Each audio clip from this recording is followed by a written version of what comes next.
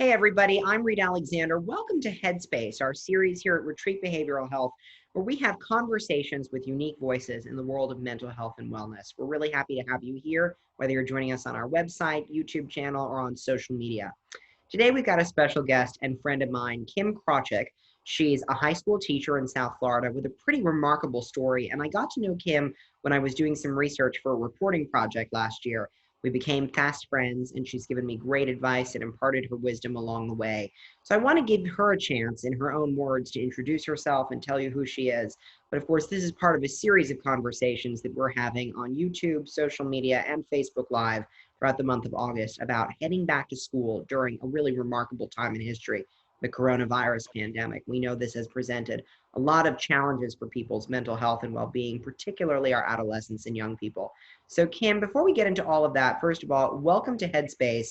Why don't I give you a chance to tell people in your own words how we got to know each other and how you got here. Tell us a little bit about your journey. Well, Reed, first I want to say thank you for having me. Of course, it's always a pleasure. You and I met when you were researching Parkland. Let's see, would have been right after the second anniversary, I think it was. We kind of, years, right, since the in the Parkland community. So I was I'm a third floor teacher from Marjory, Stoneman, Douglas from February 14th, 2018. At the time, I was with my geometry honors class in room 1257, and I was with 25 high school age students when a gunman came through and murdered 17 people and injured several more on that afternoon. Yeah, it's unforgettable. I remember where I was in an office in New York City where I was a young reporter. I must have been, 23 years old. So this was February the 14th, Valentine's Day of 2018. And just to give people a little context of what you're talking about, a gunman burst into the freshman building at Marjory Stoneman Douglas High School, wielding an AR-15 semi-automatic rifle. And he went on to kill 17 students and teachers. That's right. And it became the worst mass shooting at a high school, a public high school, in American history. And naturally, that led to a lot of activism that we saw in the subsequent months, students protesting gun violence and seeking change. But among teachers like you, I mean, you were there, the bullets, you heard them in the hall. Correct me if I'm wrong, did any of them come through the window to your classroom, 1256? No, all of the shooting was in the main hallway on the third floor. He shot into classrooms on the first floor and the second floor, but on my floor, because there were students already in the hallway due to the fire alarm being set off, everything took place in the main hallway. So, I mean, that might seem like an obvious question, but for you, surviving an ordeal like that, what was that like for you? How did you overcome the trauma and pain in the coming months thereafter and get your students through it as well? Because obviously you had 25 students in your classroom who thankfully, I believe, all survived but lost friends.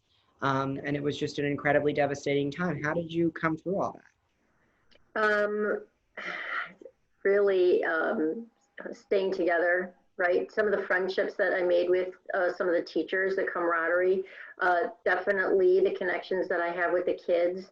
And I've had a lot of therapy and several different kinds, not just talk therapy. I've had EMDR. Sure. I've had RTM, retraining traumatic memories. And I still work on it, Read, every single day. There's sometimes things that I stumble across that I didn't think would be a problem, and they are, like wearing masks.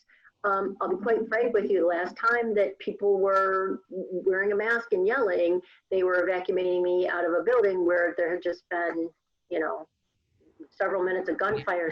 So, right, so sometimes, just being in a large crowd with everyone wearing a mask, has a tendency to kind of set me off a little bit more than what I was prepared for, right? But who knows? These are, again, unprecedented times. So it's, But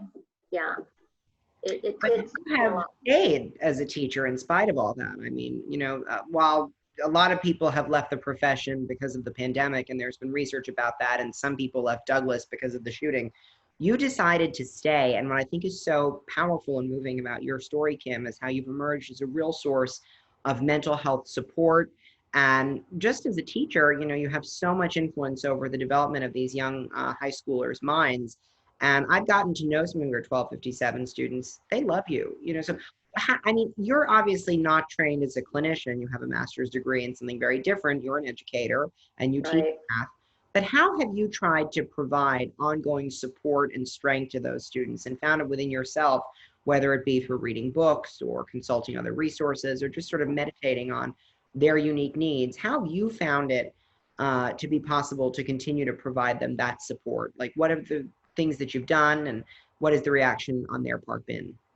Well, one of the things that I made sure that I did right away, immediately, was try to get in touch with some of the therapists, and I was a big advocate for, you know, improving the mental health services in Broward County after this happened.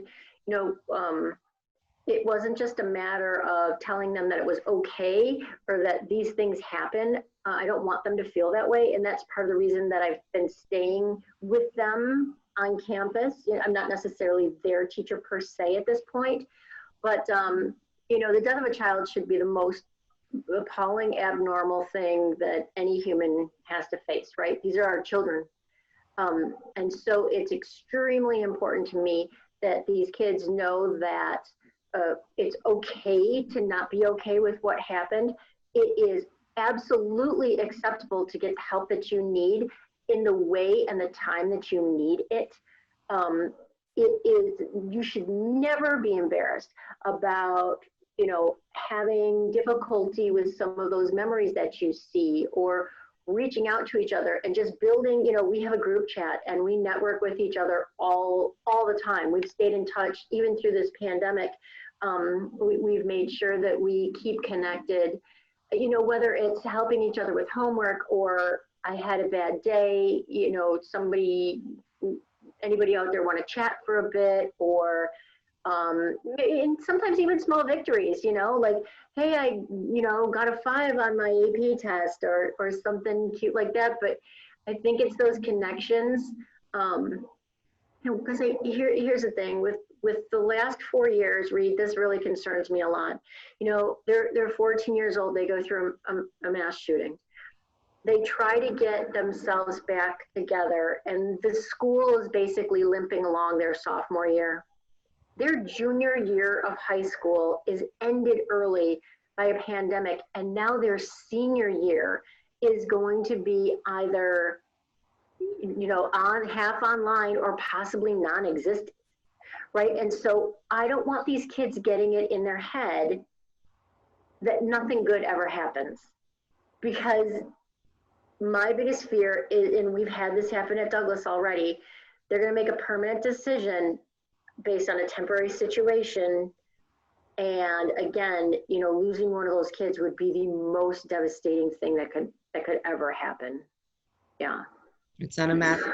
They really have, you know, suffered a great deal. And I think there was so much scrutiny on the students of Marjory Stoneman Douglas in those first few months, even the first year after the shooting. Of course, there was the March for Our Lives and the activism that raised awareness for Parkland as a community. But there are so many names of students and so many students that even I've gotten to know who were not heard from before and who have sort of suffered in silence.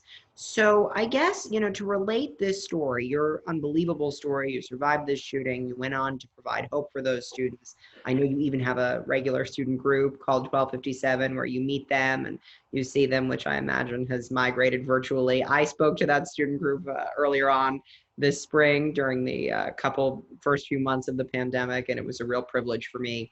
But for people watching this, we've got parents watching this, we've potentially got school teachers watching. What are some of the concerns you're hearing from educators, both at your school and other schools, about getting back to school amid a really uncertain situation, turbulent situation with the coronavirus? What are people saying to you? So the teachers, this is a very interesting thing because it's kind of tough. You know, I've been in meetings all week trying to ramp everything up for this e-learning, or however they want to explain it, the distance learning model. You know, it is as hard as we're working to make this right. You know, parents need to understand that it is not necessarily the teachers individually that are making this decision. You know, this is a group thing to keep the kids, to keep everyone safe. Let's face it. You know, we're watching some of these schools open and they're not having great results right now. It's you know, and they end up people back in quarantine or taken out of the classroom. So that there's a lot of unknowns that are in this. But what we're trying to do is really put forth the best product for these kids so that they can, you know, stay active in their learning. But I think if I had one message to give to the parents, it's this. After the shooting, Reed, a lot of people were really interested in, quote unquote, getting the kids back on the horse because they didn't want their education to be lacking or for them to fall behind, you know, a benchmark that's been set up. And it's good for you to have your kid be competitive. And it's great to appreciate their talents and skills. But it is most important for those children to feel safe and secure, because if they do not feel good about their situation, they are not going to be able to learn, and they are not falling behind. No child anywhere, no human anywhere is based on an arbitrary number that's written somewhere on a page, right? I mean, it could be quite devastating to some of our kids to bring them in, you know, again, wearing masks, we're in, you know, isolated conditions in some of the classrooms that could be more mentally challenging to them than, you know, doing some of the learning at home.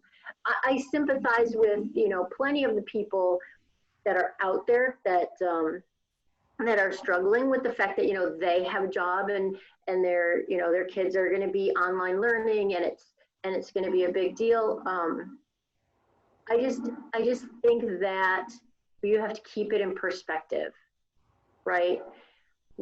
Again, after the shooting, anybody that still had their child, that child still had the opportunity to catch up on their learning, and they will. We know this now. We know that after a trauma, given some time, that students will gain their potential, right?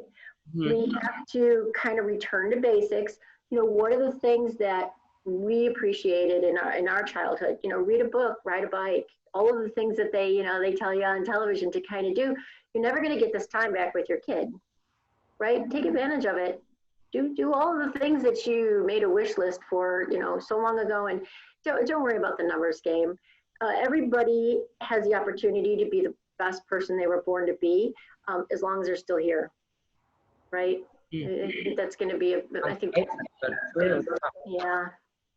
So what would your advice be then, building on some of the advice you just shared, you know, for teachers or students who are nervous about what the fall will bring, for parents who are concerned, but especially for, you know, the people who will be going to school, teachers and students who either in some states may be going, and as you say, you know, there's already been some indications that that's not really working out in some places, or who won't be going and who really do need the helping hand of teachers virtually. What do you say to those teachers about providing that kind of support and students about accepting it, even if they're remote this fall? Yeah, I think that teachers, students, parents, the very first thing going into all of this, compassion. The second thing is because you don't know how the other person's feeling. You know, some people will be very excited to return to campus, and they are, you know, extremely happy about being face to face. Because let's face it, all of us want that back. We all want that moment in time when we're all together again and enjoying ourselves. But you know, some people might have fears, some people might have, so everybody's going to be in a different place. So you have to be compassionate, you have to be patient, right? And then I think everybody needs to find their role. I think instead of defining somebody else's role, here's what I think you should be doing, I think that goes away completely, Reed. I think that's one of the biggest problems right now with the public education, with us going online or having difficulties. Everybody, or especially the adults, every parent, every teacher, every adult out there needs to say to themselves, what is my role? What do I want for these children? And how can I make that best happen? What are all the things that I can do to try and prepare myself to get this child, my child, a child, through the next 6 to 10 months with all of the things that we're going to be facing, right? And if we take on and we accept our own role and responsibility first, if we look within, in that moment, we're going to do better for everyone around us, right? Setting up 2 camps, parents and teachers, huge mistake. For all of the people that touted, you know, the school system is such a big part of the community. It's part of the village that we have to, you know, that we've built up to strengthen our children and help our families. Well, then now is the time for families to understand that as part of a community, everybody needs to pitch in and do their part. I think that's a good one. Part of a community, everybody pitch in and do their part.